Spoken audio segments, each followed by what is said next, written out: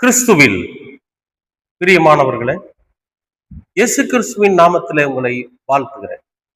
இன்றைய அனுதின உணவிற்காக கர்த்தர் நமக்கு கொடுக்கிற வார்த்தை ரோமர் 14ஆம் அதிகாரம் 16வது வசனம். உங்கள் நன்மை தூசிக்கப்பட இடங்கொடாதிருங்கள். உங்கள் நன்மை தூசிக்கப்பட இடங்கொடாதிருங்கள். இங்க ஒரு அருமையான அறிவுரை. பாத்திரம் அறிந்து பிச்சையிடு அப்படின்னு சொல்லி ஒரு பழமொழி உண்டு. பாத்திரம் அறிந்து பிச்சையிடு. பாத்திரம் அப்படின்னா கையில வச்சிருக்கிற பாத்திரம் இல்ல, ஒரு மனிதனுடைய கேரக்டர். அவன் யாரு, எப்படிப்பட்டவன் தெரிஞ்சு அவனுக்கு நீ உதவி பண்ணு. பிச்சைங்கிறது உதவி. பாத்திரம் அறிஞ்சு பிச்சையிடு. உங்கள் நன்மை தூசிக்கப்படுவதற்கு இடம் கொடாதிருங்க. இந்த ரெண்டும் ஒரே வார்த்தையை தான் சொல்லுது. சரி, நாம என்ன பண்ணிடுவோம் தெரியுமா? சில நேரத்துல ஆளு யாரு என்னன்னு தெரியாம கடவுள் சொல்லி இருக்கிறார் அப்படிங்கிறதுனால நன்மை செஞ்சிருவோம். ஆனா அவங்க பாருங்க, நம்ம இடத்துல நன்மையை பெற்றுக்கொண்டு நம்மளையே என்ன பண்ணுவாங்க? தூஷணமா பேசுவாங்க, அவமானமா பேசுவாங்க. ஒரு உதாரணம் சொல்றேன். ஒரு உண்மை சம்பவம். ஒரு குழந்தை, அந்த குழந்தை எங்க பக்கத்து வீட்டுல, அந்த குழந்தைக்கு சாயங்காலம் ஆனா என்ன பண்ணணும்னு தெரியுங்களா? ஒயிட் ரைஸ் இருக்குல்ல, வெள்ளை சாப்பாடும் ரசமும் கொடுக்கணும்ட்டாங்க. இவங்க என்ன பண்ணுவாங்க? அவங்க கொஞ்சம் பணக்காரத்தனமான வாழ்க்கை வாழ்றவங்க. அவங்க என்ன பண்ணுவாங்கன்னா, சாயங்காலம் ஆச்சுனாக்கா கொஞ்சம் என்னென்னமோ சாப்பிடுவாங்க. அந்த டிஃபன் அப்படிங்கிற பேர்ல சாப்பிடுவாங்க. அப்ப அவங்க உரிமையோட என்ன பண்ணுவாங்க, நம்ம வீட்டுல சமையல் கட்டு வரைக்கும் வருவாங்க. சமையல் கட்டுல நம்ம செஞ்சு வச்சிருக்கிற சாப்பாட்டை கொஞ்சம் போட்டு எடுத்துட்டு போவாங்க. அந்த ரசத்தை போட்டு பிணைஞ்சு நம்ம வீட்டுக்குள்ளேயே உட்கார்ந்து அந்த குழந்தைக்கு ஊட்டுவாங்க. அப்படி உரிமையோட நம்முடைய வீட்டுல அவங்க செஞ்சாங்க.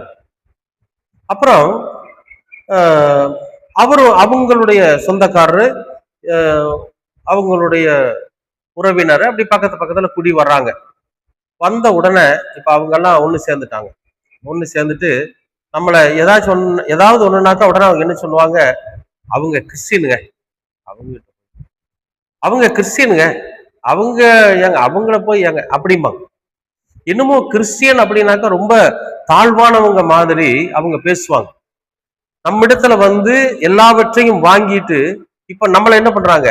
தூஷணமா பேசுறாங்க. அது நம்மள பேசல, நம்முடைய ஆண்டவரை பத்தி சொல்லுவாங்க. என்னென்ன, அவங்க ஏசாமி கும்பிடுறவங்க. அவங்க அப்ப நான் நினைச்சுக்கிட்டேன், ஓ, நாம செஞ்சது தவறு. சரியானவர்களுக்கு நாம உதவி பண்ணாம, பாத்திரம் அறிஞ்சு பிச்சை இடாம நம்ம தப்பு பண்ணிட்டோமே அப்படின்னு நான் பலமுறை நினைச்சது உண்டு. அப்பவெல்லாம் இந்த வசனம் தான் நம்மளை தேற்றுகிறதா இருக்கும். என்னன்னு, நீங்க நன்மை செய்யறது உங்களை தூசிக்கப்படாதபடி பார்த்துக்குங்க. அப்ப இன்றைக்கு இந்த வசனம் நமக்கு என்ன சொல்லுதுன்னா, அன்பானவர்களே, தயவு செஞ்சு நீங்க யாருக்காவது நன்மை செய்யணும் அப்படின்னு நீங்க நினைச்சீங்கன்னா, அவர்களுடைய பாத்திரம் என்ன, அவங்க என்ன கேரக்டரு, அவங்க எப்படிப்பட்டவங்கன்னு தெரிஞ்சவங்களுக்கு, உண்மையிலேயே இல்லாதப்பட்டவங்கன்னு அவங்களுக்கு செய்யுங்க. உண்மையிலேயே அவன் தரித்திரனா இருக்கிறான்னா அவனுக்கு உணவு வாங்கி கொடுங்க.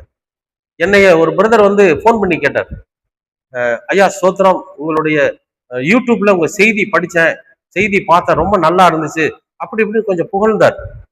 அப்ப புகழ்ச்சின்னு வர்றப்ப நம்ம கொஞ்சம் அப்படியே கொஞ்சம் நமக்குள்ள ஒரு மகிழ்ச்சி வரும் இல்லையா? அந்த மாதிரி நான், அப்படிங்களா பிரதர், ரொம்ப ஸ்தோத்திரம், ஆண்டவர் தான் இப்படி எல்லாம் வார்த்தையெல்லாம் கொடுத்தாருங்க அப்படின்னு நான் சொல்லிட்டு இருந்ததுப்போ கடைசியில முடிவில் அவர் என்ன பண்ணாரு? பிரதர், எனக்கு ஒரு உதவி பண்ணுங்க.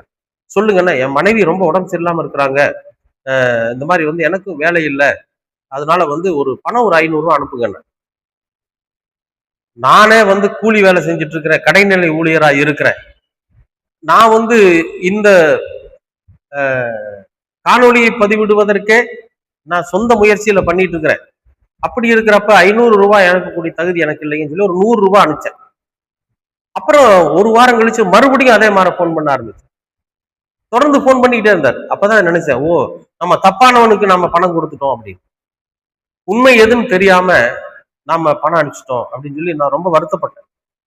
அதனால அனுபவத்துல சொல்றேன், தயவு செஞ்சு இந்த காலை நேரத்துல கர்த்தர் நமக்கு கொடுக்கிற ஒரு அறிவுரை என்னன்னா, நீங்கள் செய்கிற நன்மை அது தூசிக்கப்படாதபடிக்கு பார்த்துக்கணும்.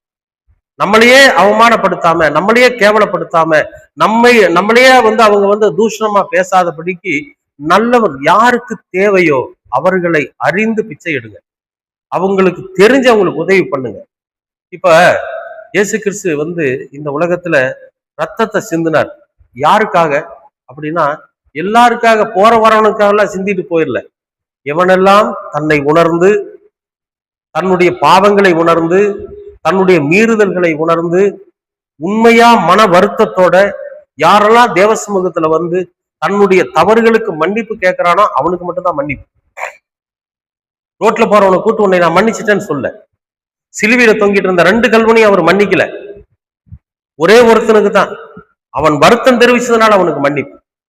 அந்த மாதிரி அன்றைக்கு 2 பேர்த்தையுமே மன்னிச்சிருந்தாருன்னு வைங்க, இன்னைக்கு வேதாகமத்துல பிரசங்கங்கள் எப்படி வந்திருக்கு தெரியுமா? நீ என்ன வேணாலும் பண்ண, உன்னை மன்னிப்பார் அப்படிங்கிற அளவுக்கு வந்திருக்கும். ஆனா மனம் வருந்தி கேட்ட ஒருத்தனுக்கு மட்டும்தான் மன்னிப்பு. அந்த மாதிரி நம்ம செய்யக்கூடிய ஒரு நன்மையானது, ஒரு பிச்சையானது, அது தூசிக்கப்படாதபடிக்கு பிரயோஜனம் உள்ளவர்களுக்கு போய் சேரணும். செய்வீங்களா? அறிஞ்சு செய்யுங்க, தெரிஞ்சு செய்யுங்க, பரிசுத்த ஆவியானவருக்கு இடம் கொடுங்க. அவர்தான் மக்களை நமக்கு அடையாளம் காண்பித்து கொடுப்பார். விசுவாசிக்கிறீங்களா? அன்பின் பரலோக பிதாவே, நல்லதொரு காலை பொழுதுக்காக நன்றி. இன்றைக்கு நீர் கொடுத்த அறிவுரை, ஆண்டவரே, நாங்கள் செய்கிற நன்மை தூசிக்கப்படாதபடி, அலட்சியப்படுத்தாதபடிக்கு, மீண்டும் அது எங்களிடத்துல நன்மையை பெற்றுக்கொண்டு எங்களையே அவமானப்படுத்தாதவர்களை பார்த்து நாங்கள் உதவி செய்ய நீர் எங்களுக்கு கிருபை பாராட்டுங்க. உண்மையிலேயே அவர்களுடைய நிலை என்ன என்பதை அறிந்து அவர்களுக்கு உதவி செய்ய நீர் எங்களுக்கு தயவு பாராட்டும். எங்கள் மீது கிருபை கொண்டிரும். ஆசீர்வதியும். இயேசு கிறிஸ்துவின் வழியாய் கேட்கிறோம் நல்ல பிதா. ஆமேன், ஆமேன், ஆமேன்.